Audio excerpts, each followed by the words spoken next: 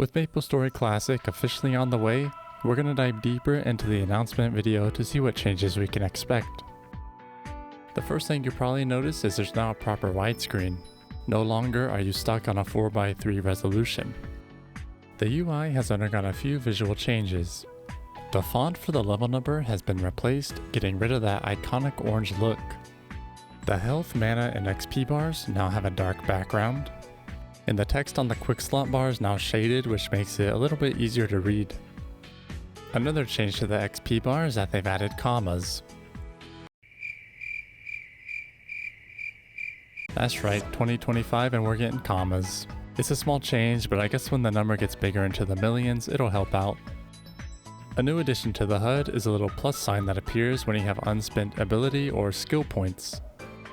And one more thing for the HUD is the party/trade invite notification box is now gray rather than blue.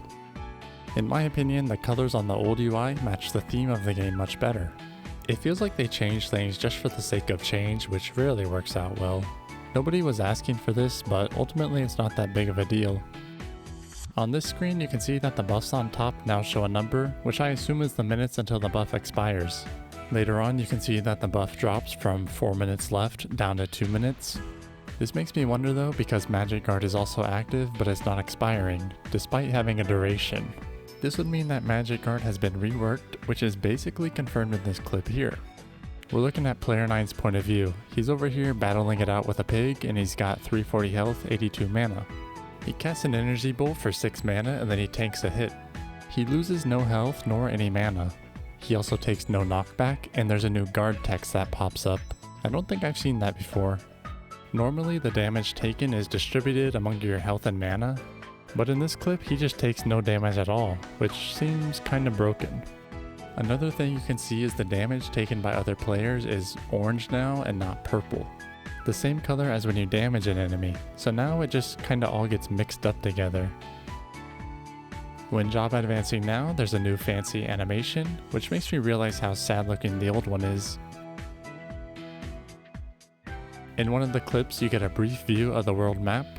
The map it shows is the pre-Ludi map, which puts us around version 0.15. That means we can expect a third job only server to start with, and eventually progress from there. It still includes quality of life changes from later versions, such as jump down, and also introduces brand new changes like we saw earlier. We can only hope that Nexon keeps it somewhat true to the original with minimal amounts of greed. Anyway, it's going to be nice to have an official server so that you don't have to worry about randomly losing all your progress anymore. If you know, you know. That's going to be all for this video. Hopefully we get more information soon and see y'all on the next one.